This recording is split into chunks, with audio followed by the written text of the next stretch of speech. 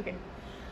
Hi, I'm Miss Rachel from the Booth and Dimick Library, and today I'd like to show you how to fold a Fox corner bookmark.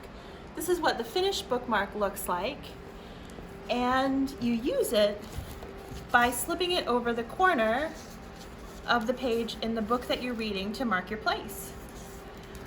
I'm going to show you, there are 11 steps to making the Fox corner bookmark. I'm going to show you the first 9 because those are the steps where we're folding, and there are printed instructions available in the take and make bags at the library as well as on our Facebook page. I wanted to create a video to go along with that just because for some folks it's easier to learn how to do this by watching another person, and I'm definitely one of those people myself. So we're going to start with a sheet of origami paper. Mine has a nice pattern on one side and kind of an orange tone on the other side.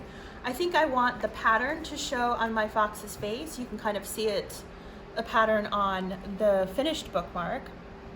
So I'm going to start with the plain color side up, and I'm going to hold my paper so that the points of the square are pointing towards me, so it looks like a diamond. And I'm going to start by folding my paper in half from side to side along the diagonal like this. This is called the valley fold. When you make a crease that's pointing away from you, that's called a valley fold. And that's just a useful term to remember if you decide that you really like origami and want to fold other things. Instruction books will often use that term valley fold. So I'm going to fold and unfold, and then I'm going to make another valley fold in the opposite direction from bottom to top, folding and unfolding. So I have a nice crisscross crease in the middle of my paper. Now I want to fold my bottom point up to the center, and I know where that is because it's where the two creases meet. So my paper will look like this. Now I'm going to fold up again along that center crease so that I have a triangle, half of which is plain colored and half of which is patterned. Now I'm going to take the two side points of my triangle and fold them up to meet the top point. So the folded edges should lie along the center crease.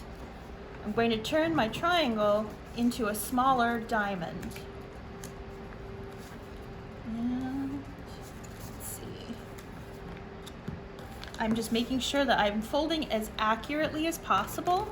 And when I'm creasing, I want to push down on the fold so that they stay folded.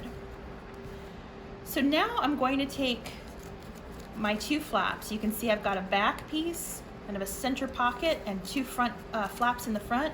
I'm going to take my two flaps and one by one fold each one in half down to the bottom of the diamond.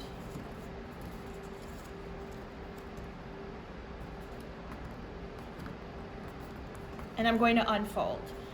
And you might be wondering why we're doing so much folding and unfolding. Sometimes you want to make a fold because you need to see where the center of something is. You need kind of like a guide or a mark to fold into. So sometimes that's why we fold and unfold when we're doing an origami project. So now that we've unfolded our flaps, I'm going to fold them again. I'm going to fold them at an angle this time so that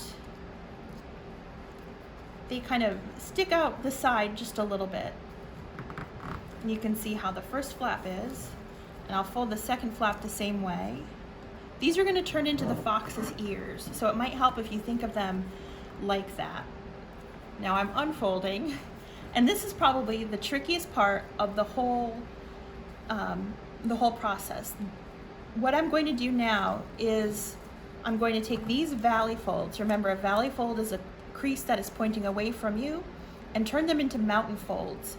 So I'm just going to unfold my model a little bit, and right on that downward pointing crease, I'm going to reverse it so that it becomes a mountain fold or an upward pointing crease.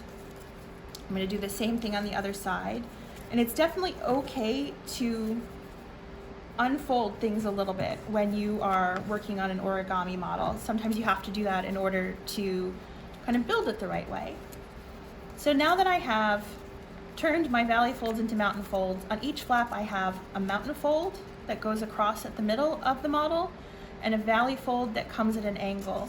You can pleat it So pleating is where you have one fold that's a valley and one fold that's a mountain, so it makes a structure called a pleat, and you can start to see how it looks like the fox's ears. But what I want to do is take my pleat, here's how it looks on the back side, and push it over into that center pocket so it holds tight without having to use any glue. And again, this is the trickiest part of the whole process. It might take a couple tries for you to feel like you've got it right, and that's totally okay. Let's see, it's taking me a little while. I have to think. There we go.